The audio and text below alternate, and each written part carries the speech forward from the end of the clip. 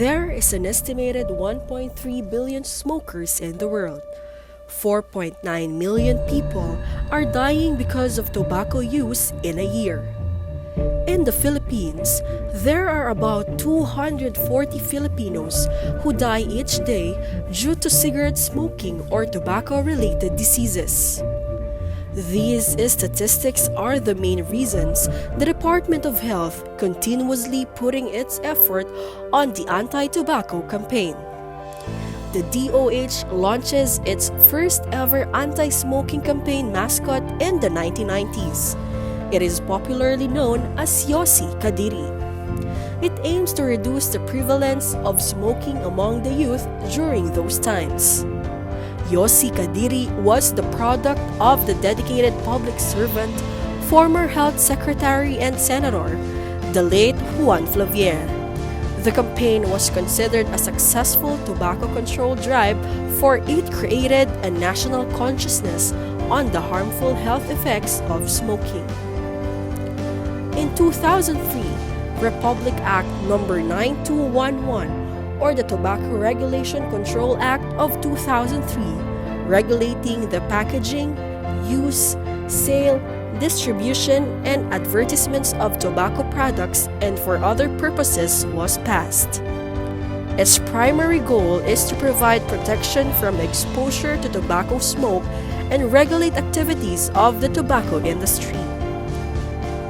On the same year, the Philippines became signatory to the International Health Treaty, the Framework Convention on Tobacco Control. The Philippines subsequently ratified the FCTC in 2005, thus making the FCTC part of the domestic laws. In 2009, the Department of Health issued Administrative Order No. 10 stating comprehensive 100% smoke-free environment policy that calls on the absolute smoking ban in DOH offices, hospitals, its attached agencies, and encouraging local government units to do the same in their health facilities and other public places.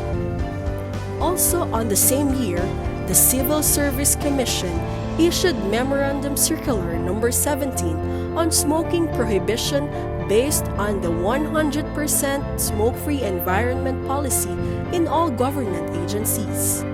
It was pursued with the World Health Organization Framework on Tobacco Control, Article 8, that recommends adoption of measures to provide protection from exposure to smoke in their workplaces, public transport, indoor places, and other public places. Then, the Red Orchid Awards was launched and has its first set of awardees by 2010. Red Orchid Awards aim to recognize the best practice and efforts of local government units, government hospitals and offices, and DOH regional offices in implementing a 100% tobacco-free environment using the World Health Organization Empower initiative. The awarding has different classifications: red, pink, and white, and Hall of Fame for those that have won 3 years in a row.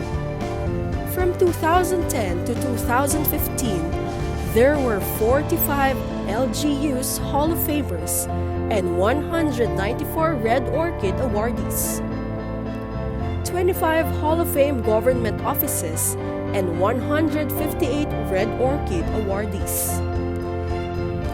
In 2010, the Joint Memorandum Circular No. 2010-01 with the Civil Service Commission was issued, promulgating the policy on the protection of the bureaucracy from tobacco industry interference, covering all national and government officials and employees. In 2012, the country's first National Tobacco Control Strategy 2011 to 2016 was launched. It is an important instrument in reviewing and assessing past efforts of the department and its partners.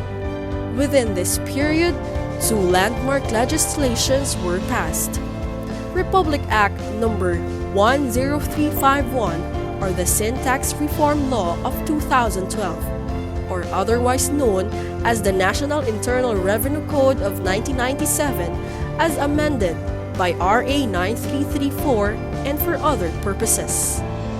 And the Republic Act Number 10643 or the Graphic Health Warnings Law of 2014, an act to effectively instill health consciousness through graphic health warnings on tobacco products.